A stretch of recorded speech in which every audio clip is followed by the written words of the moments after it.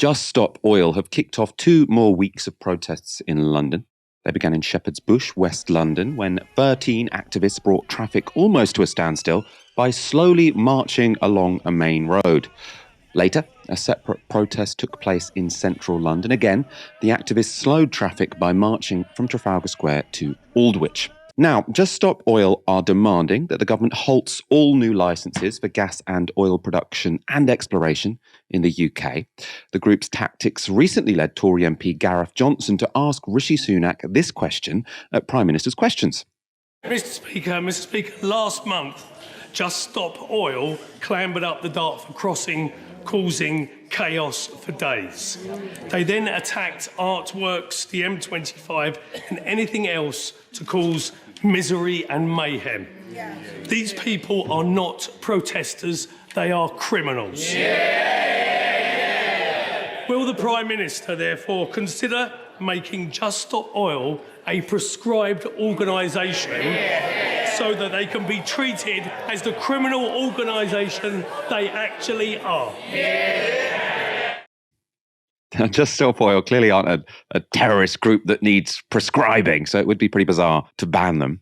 But a Times article has revealed that Sunak intends to clamp down on Just Stop Oil, and hard. So it reports this. Number 10 sources say that incredulous Sunak confronted officials 2 weeks ago when protesters closed the M25 and said, "This is ridiculous. Why are the police not arresting people?" He has ordered Suella Braverman, the Home Secretary, and Chris Philp, the Police Minister, to summon police chiefs and police and crime commissioners to Downing Street this week to press for them to use every power at their disposal to remove protests that are causing mayhem. The police must fully enforce the law, a senior source said. So far, 1,869 protesters have been arrested since March, including more than 700 members of Just Stop Oil since the beginning of October. But aides say Sunak thinks much more needs to be done to end the rule of the protester once and for all. Under Number 10's Operation Get Tough, the Prime Minister has also called for the guidance issued to frontline officers by the College of Policing to be updated to reflect the additional powers afforded to the police under the Police Crime Sentencing and Courts Act 2002 and set out clearly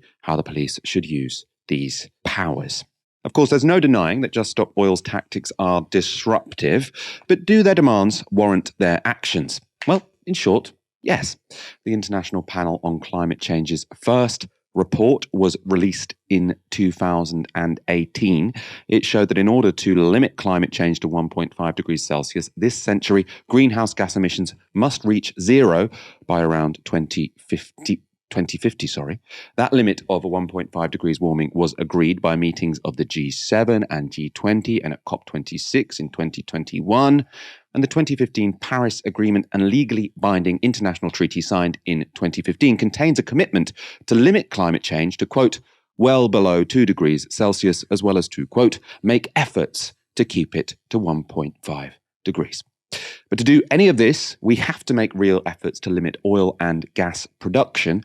And an obvious way to do this would be to commit to opening no new oil or gas reserves. This is UN General Secretary Antonio Guterres speaking at the launch of the third IPCC report earlier this year. Climate activists are sometimes depicted as dangerous radicals. But the truly dangerous radicals are the countries that are increasing the production of fossil fuels. Investing in new fossil fuel infrastructure is moral and economic madness. In 2021, the International Energy Agency released their roadmap for achieving net zero by 2050. It's a detailed plan of exactly what would need to change around the world to achieve this target. If followed, they say it would mean this. Beyond projects already committed as of 2021, there are no new oil and gas fields approved for development in our pathway, and no new coal mines or mine extensions are required. The unwavering policy focus on climate change in the net zero pathway results in a sharp decline in fossil fuel demand, meaning that the focus for oil and gas producers switches entirely to output and emissions reductions from the operation of existing assets.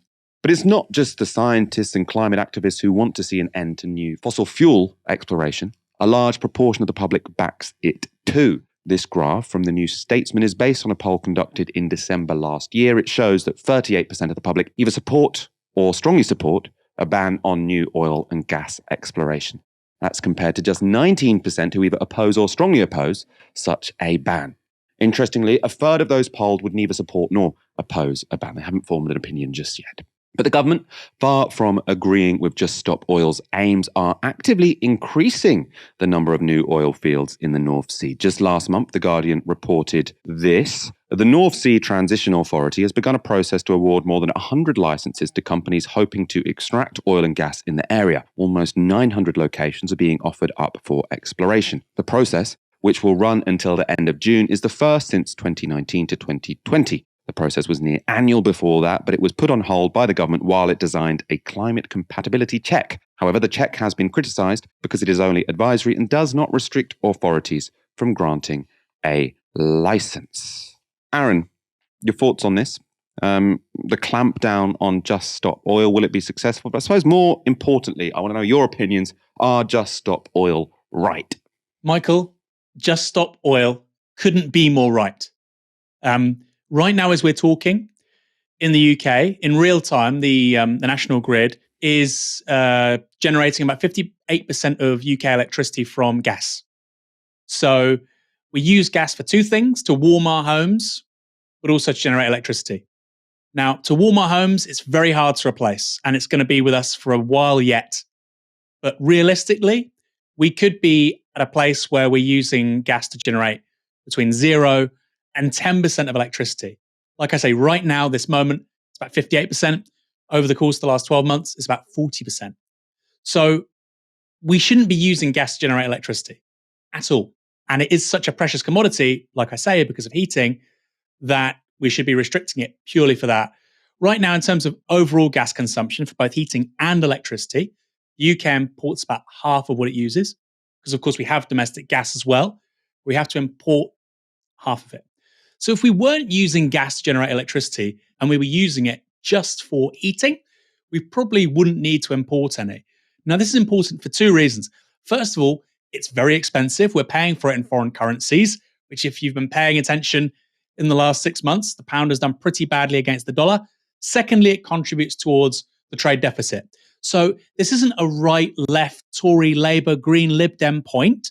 We should not be purchasing gas from overseas to burn for electricity, particularly when offshore wind is producing electricity at 1/10 of the cost of gas. Now, my suspicion is the public has seen these statistics repeatedly about nuclear, offshore wind, of course, onshore wind too. We just don't have much of it.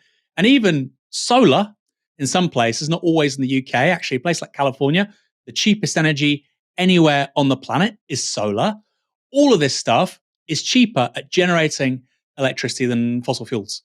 And I think actually the public is far, far, far ahead on this than what the political class and the sort of right-wing media like to think. And I think that's clear there in the data in that chart, Michael. That doesn't mean they've decisively given up on fossil fuels. There's lots of don't knows. But I think where the public is at is we know fossil fuels aren't the future. We know that renewables and the arguments for them don't just revolve around climate change, but actually they're abundant and they're increasingly cheap. And we know that the future isn't going to look like the past. And what Just Stop Oil are doing when they come in and intervening in the public debate in the way that they are, is they're trying to accelerate all of this.